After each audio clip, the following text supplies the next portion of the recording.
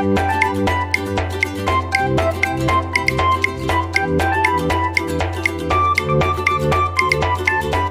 আলাইকুম। আজ আমি আপনাদের সাথে শেয়ার করছি গাজরের মিষ্টি পিঠা। চালের গুঁড়ি, আটা, ময়দা, সুজি ছাড়া কিভাবে গাজরের এই মিষ্টি পিঠা তৈরি করছি সেটি দেখার জন্য রেসিপিটি স্কিপ না করে কন্টিনিউ করুন। আর রেসিপিটি ফ্রেন্ডস অ্যান্ড ফ্যামিলির সাথে শেয়ার করে দিবেন। রেসিপিটি ভালো লাগলে লাইক, কমেন্ট, শেয়ার করে দিবেন। তো রেসিপিটি তৈরি করা কিন্তু খুবই সিম্পল। তৈরি করছি গাজরের মিষ্টি পিঠা। প্রথমে আমরা একটা গ্রেটার নিয়ে তাতে মাঝারি সাইজের একটি গাজরকে গ্রেট করে নিব।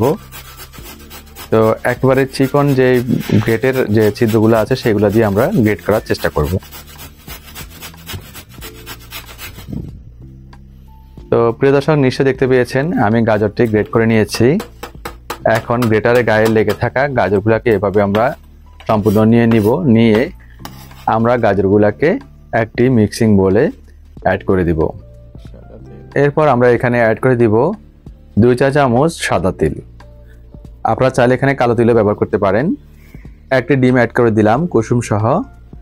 এখানে আমি কারকুমা অর্গানিক হানি, এটা আমরা ডাক্তার মোহাম্মদ জাহাঙ্গীর কবির স্যারের আলটিমেট অর্গানিক লাইফ থেকে নিয়েছি। যারা নিতে চান তারা আমার কমেন্ট বক্সে কমেন্টস করবেন, আমি আপনাদের নাম্বার দিয়ে দিব। তো এখানে আমি মধু দিয়ে দিচ্ছি 2 চা চামচ মিষ্টির জন্য। আমরা মিষ্টিটা মধু থেকেই নিব, তাইলে আপনারা খেজুর থেকেও মিষ্টিটা নিতে পারেন। তো প্রিয় দর্শক, কথা বলতে বলতে 2 চা চামচ মধু আমি অ্যাড করে দিয়েছি।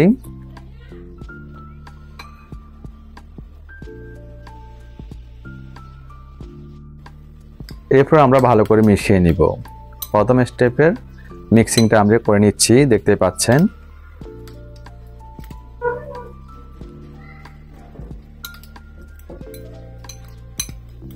তো এটা খুব ভালো করে আমাদের মিক্স করে নিতে হবে। এরপর আমরা এখানে সামান্য হিমালয়ান পিঙ্ক সল্ট অ্যাড করে দিচ্ছি। কথা আছে, মিষ্টি জিনিসে লবণ না দিলে মিষ্টিটা মুখে লাগে না, এটা আগেকালে দাদি নানিরা বলতেন। তো আমার মায়ের সেই টিপসটা আমি ফলো করেছি। এরপর আবার মিশিয়ে নিয়ে আমি এখানে 1 টেবিল চামচ কোকোনাট ফ্লাওয়ার দিয়েছি। চালের গুঁড়ি, আটা, ময়দা, সুজির পরিবর্তে আমরা এখানে কোকোনাট ফ্লাওয়ারটা ব্যবহার করেছি। ভালো করে মিশিয়ে নিব প্রিয় দর্শক, দেখতে পাচ্ছেন।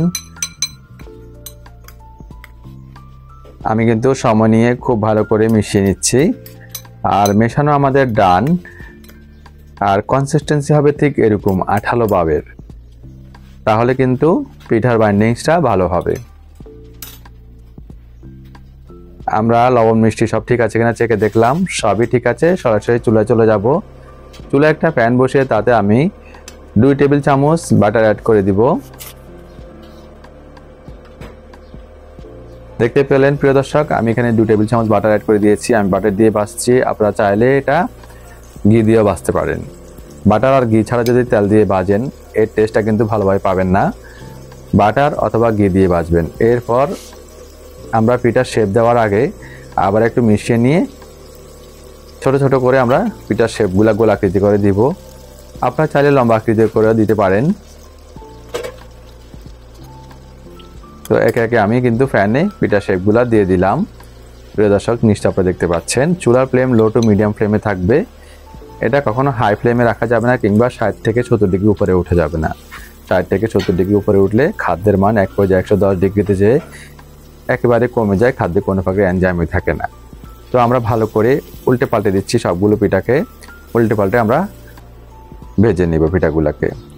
আবারও 1 চা চামচ পরিমাণ বাটার আমি অ্যাড করে দিলাম উল্টে দিয়ে। তো আমরা আরও 2 মিনিট কুক করেছি অপর পাশ। আবারও একটু উল্টে দিব।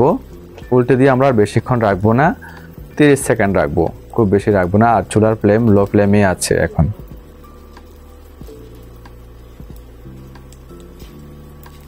প্রিয় দর্শক, সবগুলো পিঠে উল্টে দিয়েছি এবং 30 সেকেন্ড রাখার পরে আমরা পিঠাগুলো চুলা থেকে নামিয়ে সরাসরি সার্ভিং ডিশে নিয়ে নিব। তো প্রিয় দর্শক, গাজরের মিষ্টি পিঠাগুলো আমাদের একেবারে রেডি। একটি সার্ভিং ডিশে সাজিয়েও দিলাম। আর এটি তৈরি করা খুবই ইজি, খেতে কিন্তু দুর্দান্ত, অসাধারণ স্বাদ। অবশ্যই বাসায় ট্রাই করবেন, ট্রাই করে কমেন্টস করে জানাবেন কেমন হয়েছে। রেসিপিটি ফ্রেন্ডস অ্যান্ড ফ্যামিলির সাথে শেয়ার করে দিবেন। এটা এতটাই মজা, বাচ্চারা ভীষণই পছন্দ করবে, বাচ্চাদের টিফিনে দিতে পারবেন। আর স্বাস্থ্যের দিকটা লক্ষ্য রেখে বাচ্চাদেরকে এভাবে এই পিঠাগুলো তৈরি করে খাওয়াতে পারেন। একেবারে হেলদি একটি পিঠা। তো প্রিয় দর্শক, আজ আর নয়, এখানেই বিদায় নিচ্ছি। সবাই ভালো থাকবেন। আল্লাহ হাফেজ।